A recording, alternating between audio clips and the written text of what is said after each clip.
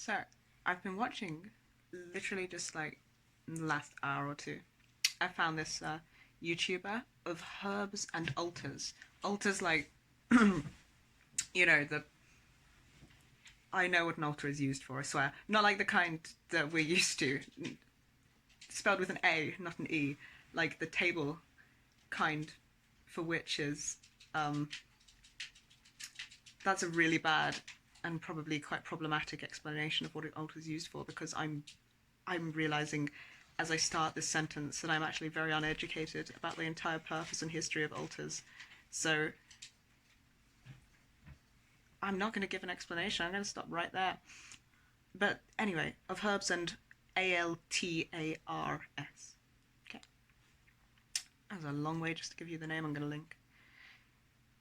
So I've been watching them, and I am just in awe of how they go through their existence. And I was going to do a small cartoon about it, and I started trying to write phrases for it, and I was like, I'll tell you what I wrote.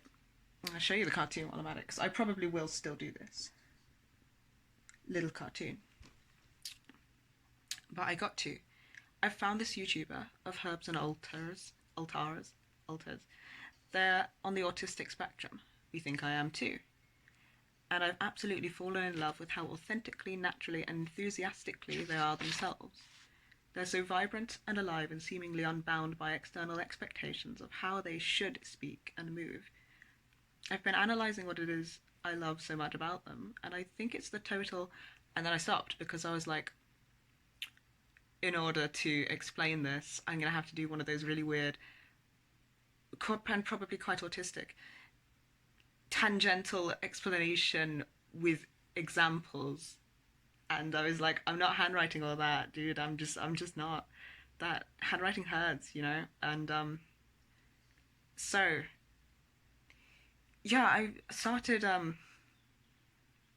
analyzing like what it was that I loved about their expression so much, and because it wasn't just like, it felt like it felt deeper than just being like, oh, this is a cool person. I really identified with how they were, and it felt familiar to me. There was like this deep yearning, not to be them, but to be able to be me as much as they can be them, I think is the best way to describe it. And I realized watching that, like, a lot of the traits that lead them to the presentation that I find so awe-inspiring are traits that I have spent my entire life crushing down and replacing and disowning, basically.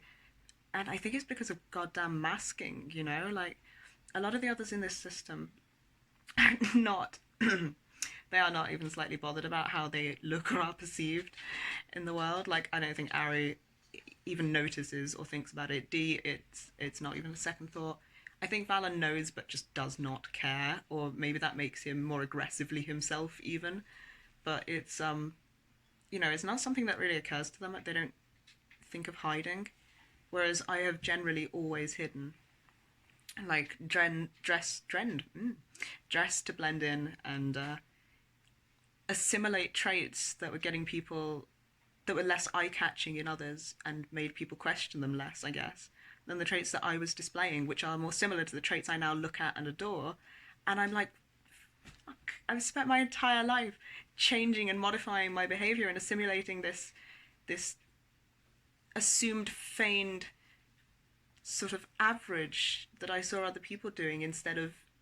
It's like I was aiming for this weird bracket of normal, which is like such a BS concept anyway, because it's so subjective and it's ridiculous. But I still did it. I still, to an extent, do it. But it's just, you can't live in this headspace with these people and sort of be in any way hidden. They really pull you out of your shell. I think aggressively supportive is how I've described them before.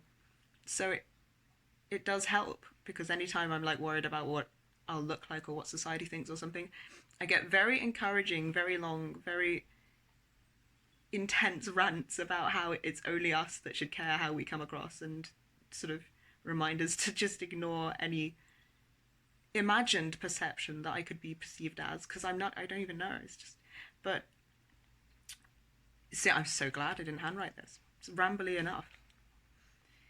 But you know, that's it. It's just watching this person, and I was like, they've kept those traits somehow. They didn't. I feel like I used to be more emphatic with my movements when I was younger, and like the drop and change of their voice and pitch and tone and movements, everything they do, it just feels like they do it because in that moment they feel like doing that and for no other reason, and it makes them happy to sort of use various voices. And I know it sounds so small a thing, but it makes such a dramatic difference. It just made me feel like the concept of being sort of swaddled in a towel. It's like over the years I've swaddled myself more and more into this towel shape. So now I'm not very expressive with my gesticulations or my vocal range, or like, you know, it's all been kind of restricted in me over time because I just met bad reactions from people, as you do if you're a little bit weird. And instead of doing what like any of the others in here did and being like, well, if you're gonna be even more me, then I just went, okay, that that trait ends up with bad situations. Let's just assimilate their qualities instead. I spent my whole life assimilating qualities, not aware, might I add, that I was doing this until like now, when I was like realizing that I love this person's mannerisms and behavior. Why do I love them? Well, they feel familiar and it feels free. And how do I know what that feels like? Well, I used to be like that. Well, when did it change? And what changed it? And this is basically the end result of that, is that I'm just like, fucking society. Basically. It's so stupid. If I'd known I was doing that sooner, I'd love to have just like worked out what was going on and not done it, instead of just mimicked other people's behaviors and disowned my own in a form of sort of self-defense. That it's because it's like I definitely do feel like a more restrained version of what I would have been at this point. But if you can assimilate and mimic qualities for self-defense and just like learn to mask your own traits, then surely you can do the opposite. You can just unassimilate or assimilate traits in people that you do like instead. So I'm totally gonna just hyper focus on this person now and assimilate traits that I used to have that I still want. I want that freedom to be unapologetically myself without thinking about how I'm going to come across, or if it might get me weird looks, or I don't even know what the fear is. It's just the fear of standing out, and it's bullshit. And I don't want to aspire to that. So yeah.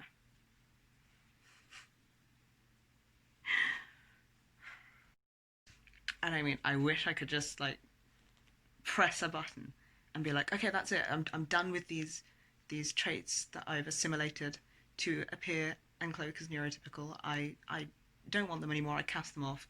Just give me my old traits back. You know, just like let me behave naturally. It's not that simple. It's not just like pressing a button. I was so mad that it isn't just like pressing a button. But I can still feel myself doing it.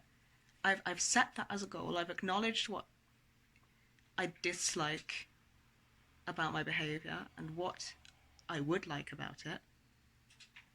And I know that there's no amount of there's no point. I don't feel there's no any point in mimicking actions or tones or anything, because it's not that makes me love the presentation of this person. It's the fact that it's natural and that they are just doing it because that's how they wanted to say that or do that or move.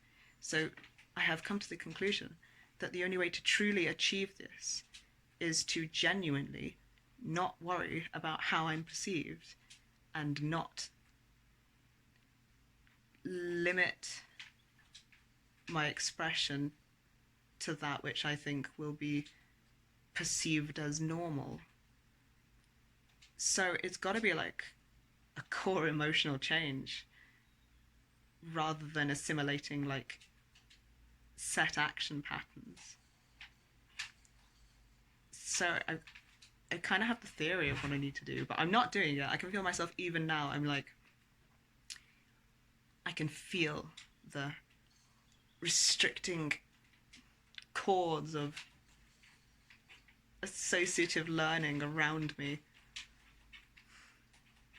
being like, oh, that sounded a bit weird, don't say that, or like, make sure your tone stays within this range. It's so weird as well. Like, when did I pick that up? Is that an actual thing? Have people commented? Yes. Yes, actually. I have memories of being little and having kids find a like that I spoke weird, apparently. So I have literally made my voice stay very within a certain parameter of tones and expressive notes because of that. And it's stupid. It's so stupid. Like, why did I bother? I feel like I've spent a lot of like emotional and mental money and years of my life meticulously studying and implementing a course that I've just realized is total bullshit and I didn't sign up for. And now I imagine it's going to be an equally slow and meticulous process of dismantling those restraints in place so that I can just be. I didn't sign up to any of this.